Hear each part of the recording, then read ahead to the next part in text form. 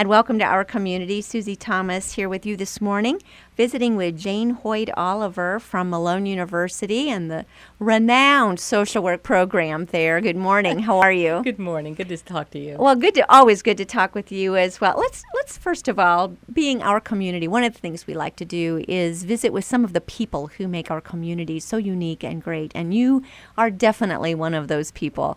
Let's talk a little bit about your background and your role in social work in this area. How did you land as a social worker to begin with?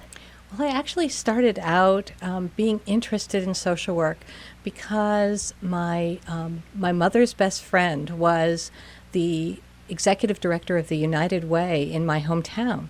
And so my very first time that I did anything that was social work-y was to help with what was then called the community chest. And I helped with their campaign by stuffing envelopes for people at age 11. So my mother would drop me off at the United Way office and I would stuff envelopes for 4 hours on a Saturday morning. But for me, I think that was part of an understanding that the community builds on the strength of its people, and I was very interested in that. I also really felt when I became a Christian when I was in high school, my senior year in high school, and I felt really that God was calling me to make a difference in the world for other people. So I was very fortunate that I had two loving parents who protected me from some of the tough things that happen in life. And I understood, though, that was a privilege. And I knew the system had worked for me because of these wonderful opportunities. And I was pretty interested in showing God's love by helping the system to work for other people, too. So it was sort of a combination of that natural inclination and the nudge from the Holy Spirit. Yeah, you really had no other way to go. You were definitely on your path. Yeah, or be an archaeologist. So really, that was a thought too. Yeah. Well, it's so cool to see what you have done in the community, not just with your own working in social work, but how you have led so many other people to become social workers, and then you multiply you times all the people you have mentored after you. Makes quite a stark impression on Stark and the surrounding community. Let's talk about some of those things. Tell me a little bit about the students that you're working with now. Yeah, we have wonderful students at Malone. It's a pretty exciting program because we can be deeply invested in their lives. I often tell them that we know them as well as they want us to know them. So they don't have to share deeply, but if they want to, we're there to support them and to mentor them. Part of, I think, our job is to mentor and to be an example for students. So all of us are licensed independent social workers, all the faculty. All our faculty have PhDs, which is pretty unusual for a small social work program in a Christian university. And we're doing some pretty amazing things in the community itself. We have 3 faculty that are full-time.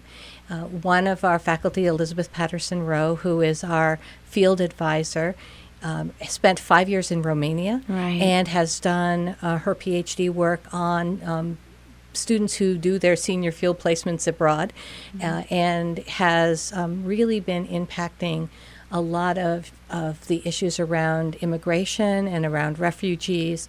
She's been very, very helpful to students who want to serve overseas. So we have had a number of students who have elected to do their senior field placement overseas. And Karen Slovak has been really a presence around the issues of gun violence and cyberbullying. And she also actually works with the licensing board, writing questions for the licensure exam for Ohio. Again, for a small program like ours, it's a pretty exciting faculty. Now, does that give our students, the Malone students, a leg up if their professor is making up the questions? But it does help that she's thinking about those questions, and she helps to make sure she never knows which questions, of course, what she writes is going to be there, but she is certainly able to help the students to think well about how to approach the exam. So that's been helpful. We're speaking with Jane Hoyt Oliver, who is herself a former Social Worker of the Year. When was that? That was a couple That years was 2000, but in 2014 I was given Lifetime Achievement Award from this region from Wow. NASW. So that was really, I haven't actually finished, but it was still a great honor. It is, and it just goes to show about your contributions to the community and so forth, and service to those in need. Highlights from your career, what would you tell us would be some of those that stand out that have led to those recognitions? I think that the 30 years that I've been at Malone is certainly part of that. I have really enjoyed the work that I've done around the issues of homelessness. My dissertation research was on looking at the concerns of rural homeless women and their children.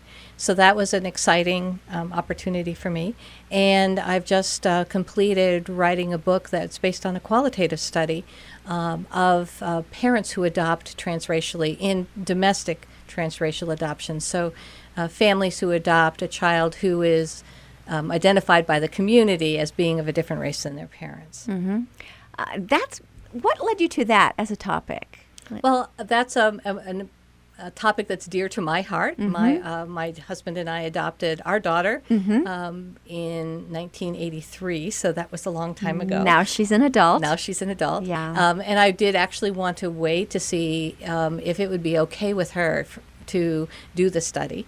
And when she turned, I think she was 22 when I asked her if it would be okay if I studied the issue, and she said that she thought it would be good.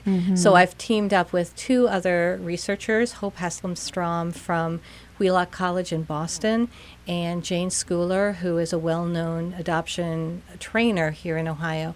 And we interviewed couples who had adopted transracially and looked at the themes that came from those interviews, and then created a book for parents around some of the issues that parents themselves had brought up. And it's really a book that's going to be designed for parents who are thinking about adopting transracially, and also for social workers to utilize when they are thinking with their potential adoptees about that. Is there anything that causes concern?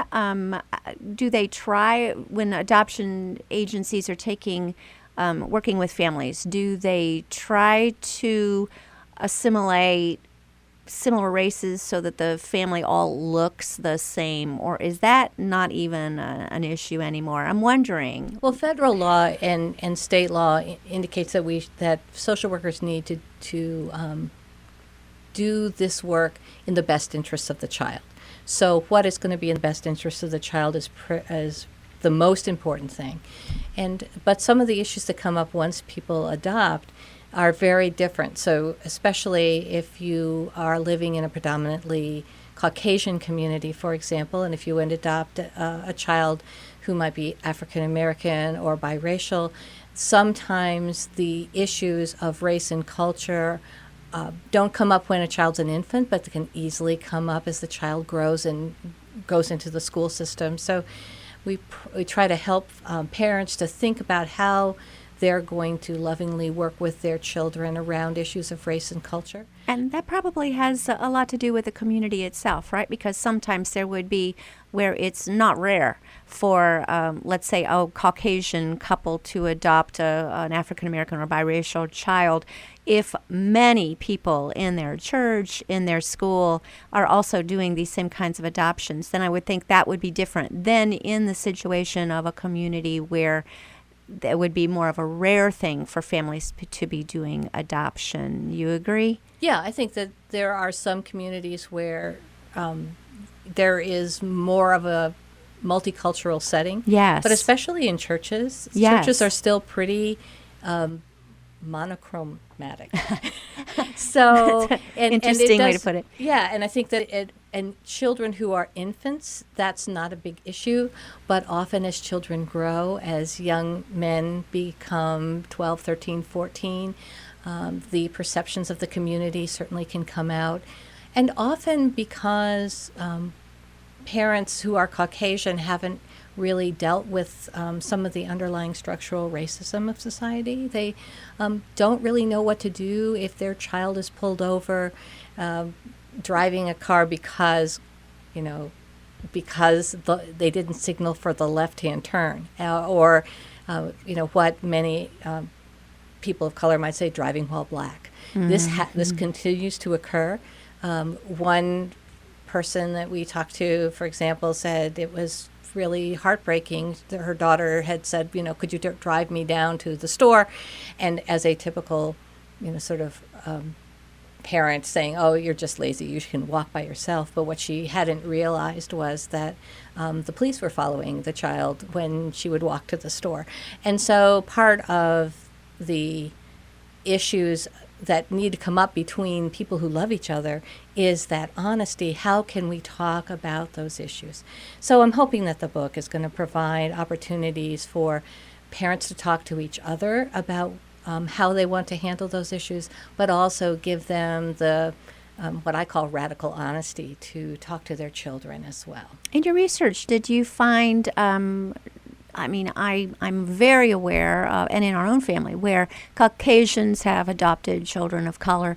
What about the other way around? Have you come across families where parents of color have adopted Caucasian children? Yes, we didn't interview any of those folks for our study, but we have had conversations as we've presented this material to different agencies. We have talked with families, and some of those issues again can be also cultural issues. Having a chance to talk about those issues with your children rather than pretending that they don't exist or hoping they don't exist is really one of the baselines of the book.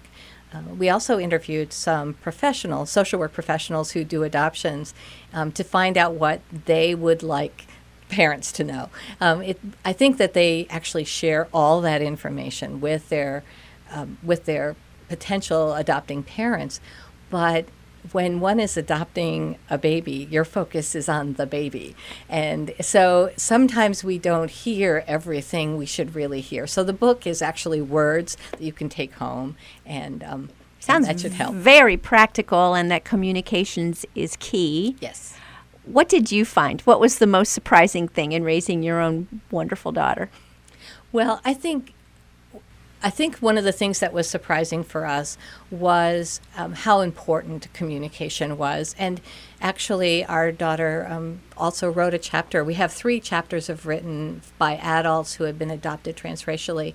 And she wrote about a couple of situations that happened in her life in elementary school, which we had some information about, but not all the information about. And it was really fascinating to then go back and unpack why she hadn't shared some of that information. She was called a racial epithet on the playground, which resulted in an altercation, which in fact she got punished for. And we knew she'd gotten punished, but she never told us why she had been punished. And I think that also happened to a number of the people in our study where their children somebody had passed a note to another person with a racial epithet, and he wrote back, you shouldn't do that kind of thing. And then the teacher saw that he was passing a note and he got in trouble. So again, these kind of things, having a way of talking about that with your parents provides a segue for your children to have an honest conversation within the family, which is, I think, the basis of any good family is when you can have honest conversations about what's real. Well, that's right. And I think what you're describing, to a point, is really common in every family. Once the children are adults, as parents, you find out all kinds of things. You only knew part of the information, right. But you're talking about a whole nother layer on top of that when there are racial implications at the same time. So when does the book come out, and what will it be titled? A lot of people are going to want this. It's titled Parenting in Transracial Adoption, Real Questions and Real Answers. by Jane Hoyt Oliver and Hope Haslam-Strom. It's published by ABC Clio, and it's coming out on February 15th. Okay, we'll remind everybody about that. In the meantime, we've got lots of social work things we want to talk to you about. We're visiting with Jane Hoyt Oliver, and you are listening to Our Community.